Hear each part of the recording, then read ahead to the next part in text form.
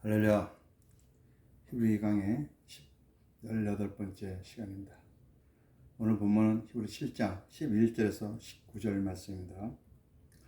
레위 계통의 제사 직분으로 말미암아 온전함을 얻을 수 있었으면 백성이 그 아래서 율법을 받았으니 어째 아론의 반차를 따르지 않고 멜기세덱의 반차를 따르는 다른 한 제사장을 세울 필요가 있느냐?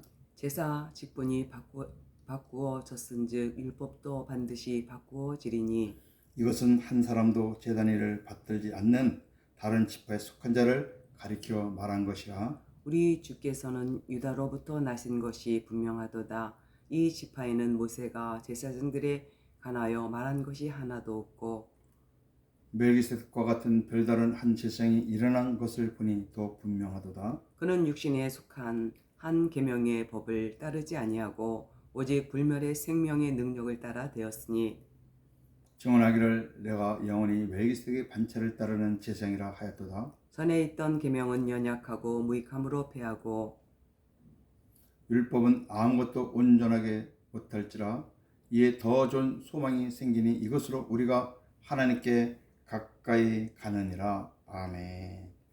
오늘 말씀은 레위 지파의 제사장과 유다 지파의 제사장에 대하여 말씀을 살펴보겠습니다. 먼저 11절과 12절은 레위 지파 제사장에 대해서 말씀하고 있는데 다시 한번 보겠습니다.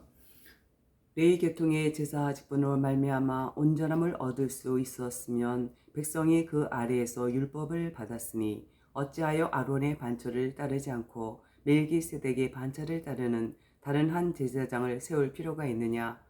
제사 직분이 바뀌어졌은즉 율법도 반드시 바꾸어지리니. 아멘. 레위 지파인 아론 계열의 제사장과 제사가 율법 아래서 온전하였다면 멜기세덱 계열의 다른 제사장이 왜 필요하겠습니까? 그렇죠. 레위 지파로 완전해진다면 더 이상 다른 사람이 다른 제사장이 나올 필요가 있겠습니까? 그럴 필요가 없겠죠. 그런데 제사 제도가 바뀌어졌으니 율법에도 반드시 변화가 생기게 됩니다. 이 말씀은 아론에서 멜기세덱으로 바뀌었으니 이제 율법에서 복음으로 변화해야 된다는 말씀입니다. 13절에서 19절은 유다 지파의 제사장에 대해서 말씀하고 있는데 한번 다시 보겠습니다. 이것은 한 사람도 제단 일을 받들지 않는 다른 지파에 속한 자를 가리켜 말한 것이라. 우리 주께서는 유다로부터 나신 것이 분명하도다. 이 지파에는 모세가 제사장들에 관하여 말한 것이 하나도 없고 멜기세덱과 같은 별다른 한 제사장이 일어난 것을 보니 더욱 분명하도다. 그는 육신에 속한 한 계명의 법을 따르지 아니하고 오직 불멸의 생명의 능력을 따라 되었으니 증언하기를 내가 영원히 멜기세덱의 반차를 따르는 제사장이라 하였도다. 전에 있던 계명은 연약하고 무익함으로 패하고 율법은 아무것도 온전하게 못할지라 이에 더 좋은 소망이 생기니 이것으로 우리가 하나님께 가까이 가느니라. 아멘.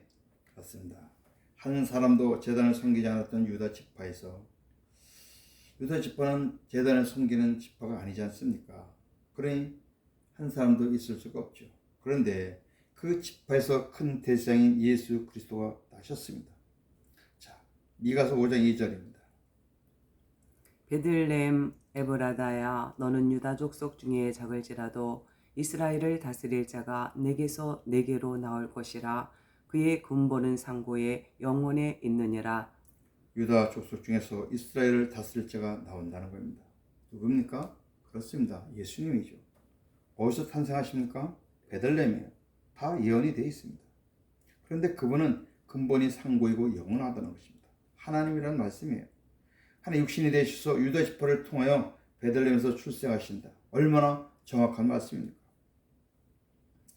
제단은 레위 지파가 맡았으니 모세가 유다 지파에게 제단을 섬기라고 말한 적이 없지 않습니까? 할 수가 없죠.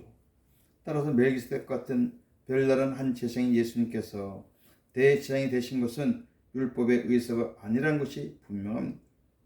율법에 의해서라면 유다 지파는 어림도 없는 일이죠. 레위 지파에서 끝내야 됩니다.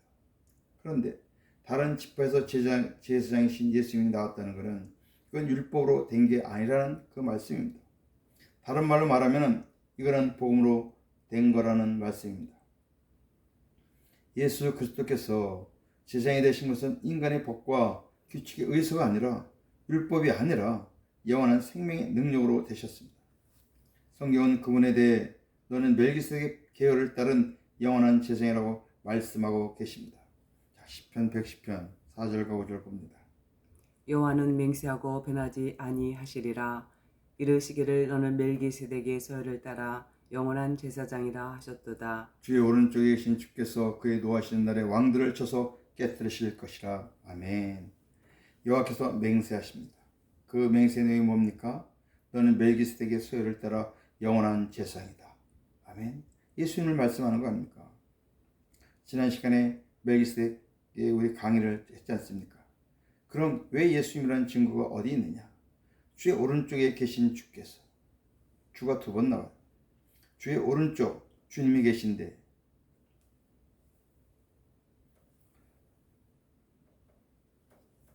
주의 오른쪽에 또 주가 계신다는 말씀인데 무엇입니까? 하늘 우편에 계신 예수님을 가리키는 것이죠. 마지막 날에 심판하실 것을 말씀하고 있습니다. 옛 계명은 연약하고 무익하여 폐지되었습니다. 왜냐하면 모세의 율법으로는 아무것도 완전하게 할 수가 없기 때문입니다.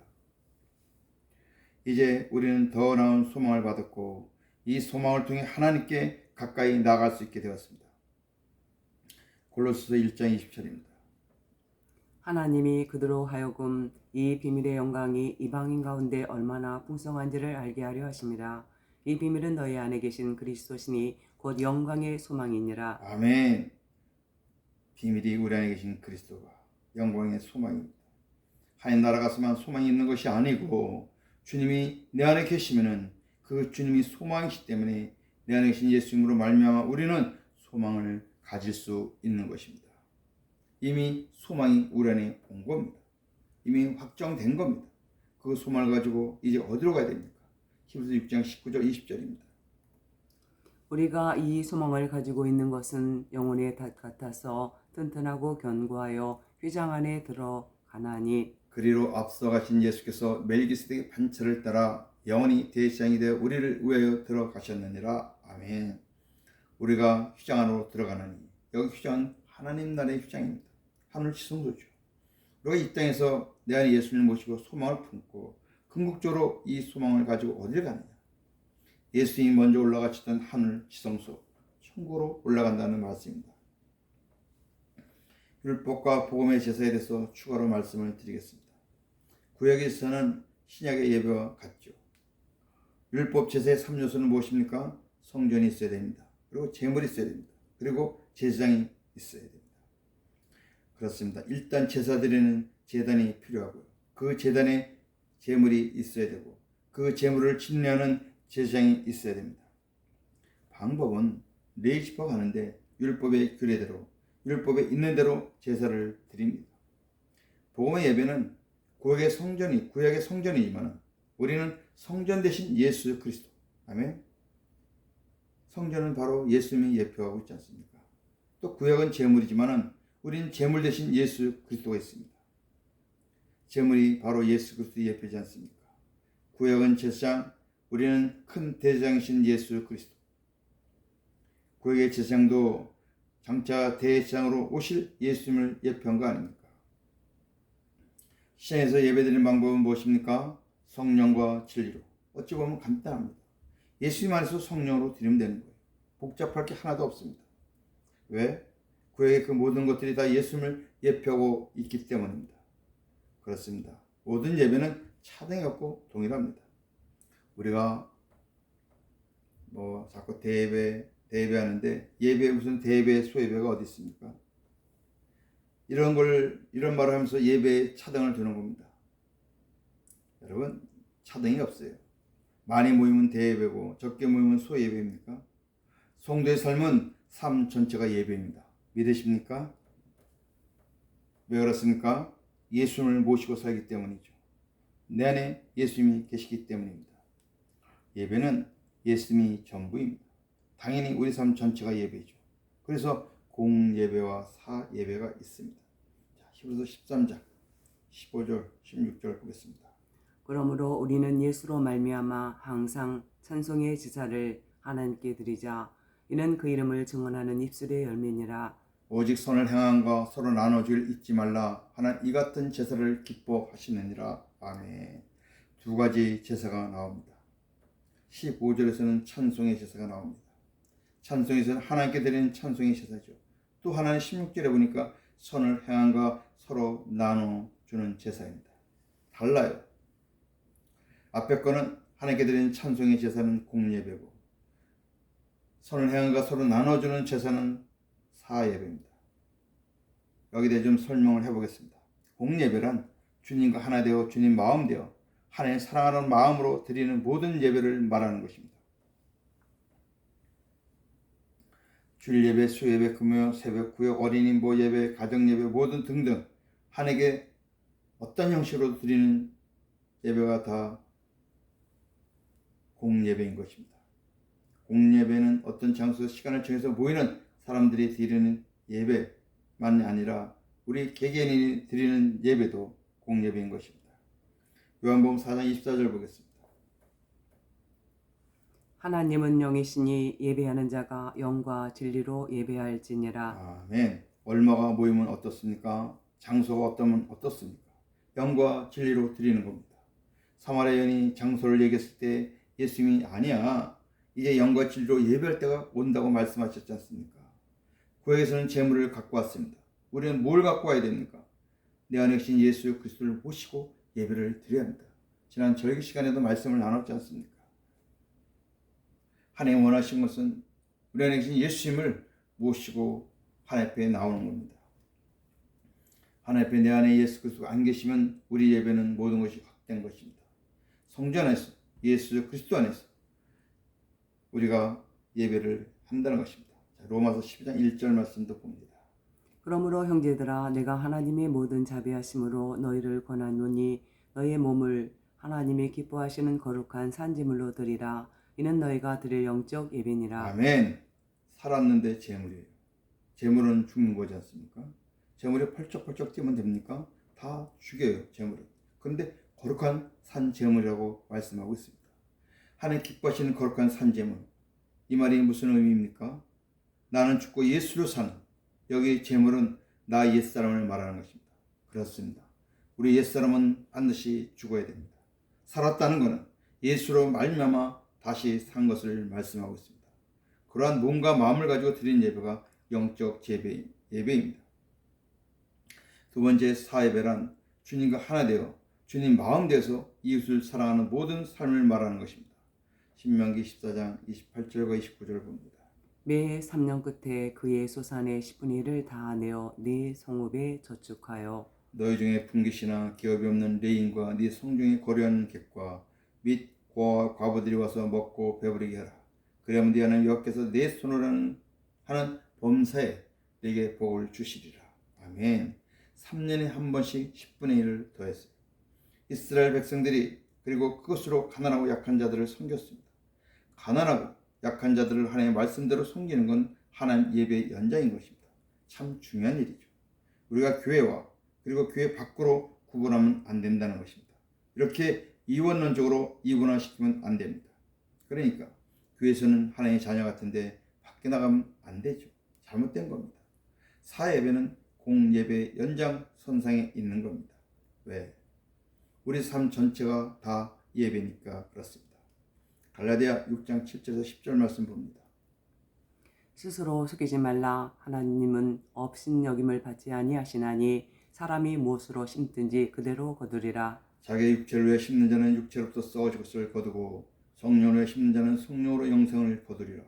우리가 선을 행하되 낙심하지 말지니 포기하지 아니하면 때가 이름에 거두리라. 그러므로 우리는 기회 있는 대로 모든 이에게 착한 일을 하되 더 믿음의 가정들에게 할지니라. 아멘. 그렇습니다. 계속 심어야 됩니다. 육체로 해서 심는 것 말고 성령으로 해서 심어야 합니다. 보험으로 심어야 합니다. 그러면 하나님 때가 되면 거둘 수가 있습니다. 그렇기 때문에 우리는 거두기 위해서 반드시 기회가 있는 대로 되는 대로 심어야 됩니다. 특히 믿음의 가정들에게 더 많이 심으십시오. 이것이 바로 예배입니다. 우리가 아멘 해놓고 아무것도 안 하고 앉아있으면 안 됩니다. 골로새 3장 17절 말씀 봅니다. 또 무엇을 하든지 말이나 이래나 다 주 예수 이름으로 하고 그를 힘입어 하나님 아버지께 감사하라. 주 예수 이름으로 하고라는 말씀은 제가 여러 번 말씀드렸지만 주 예수님의 마음으로 하라는 것입니다. 다 모든 것을 자기 마음대로 해놓고 나중에 예수 이름으로 기도합니다. 그건 아니죠. 무엇을 하나 하더라도 다 주님의 마음으로 하지 않는 것은 진정한 예배가 아니에요. 그건 자기 영광입니다. 주님의 마음으로 주님의 이름으로 하는 것이 예배죠. 히브리 6장 10절도 보겠습니다.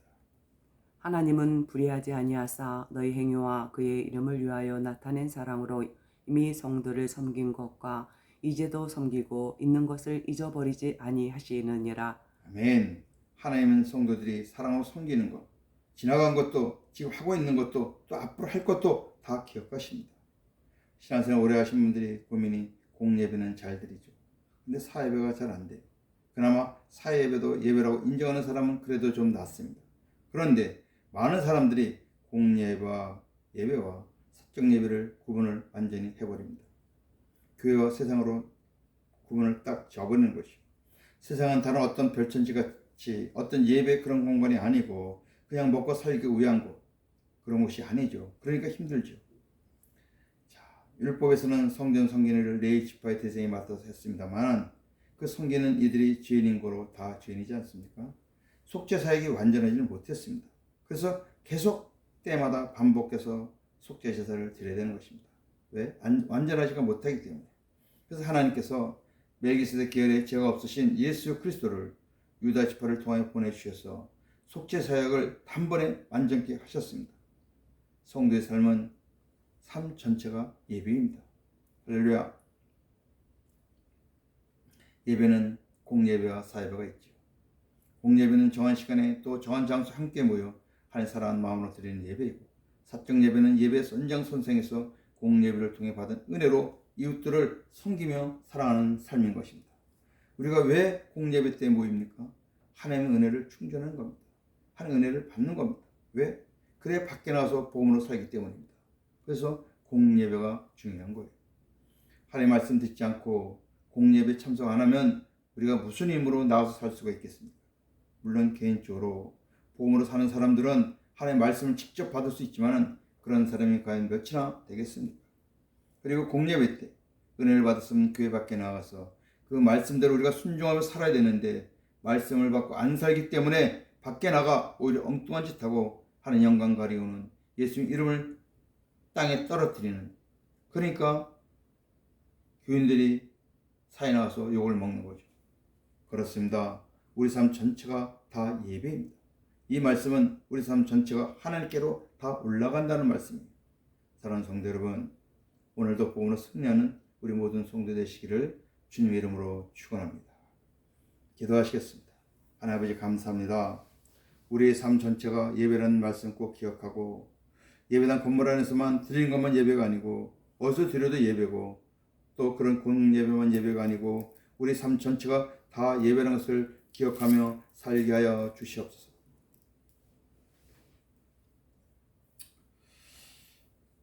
우리 하나님께 영과 진리로 드리는 예배, 집에 있든 가정에 있든 직장에 있든 어디서든지 내 안에 예수님 계시는 우리 삶 전체가 예배라는 것을 잊지 않고 살게 하여 주시옵소서.